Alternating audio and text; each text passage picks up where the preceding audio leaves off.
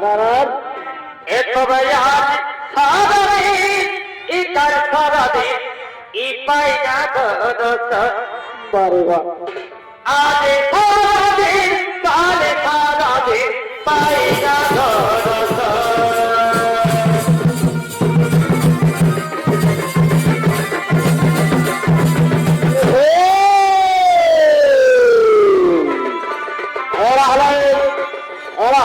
যমরাজ এবং তার মন্ত্রী সেনাপতি গো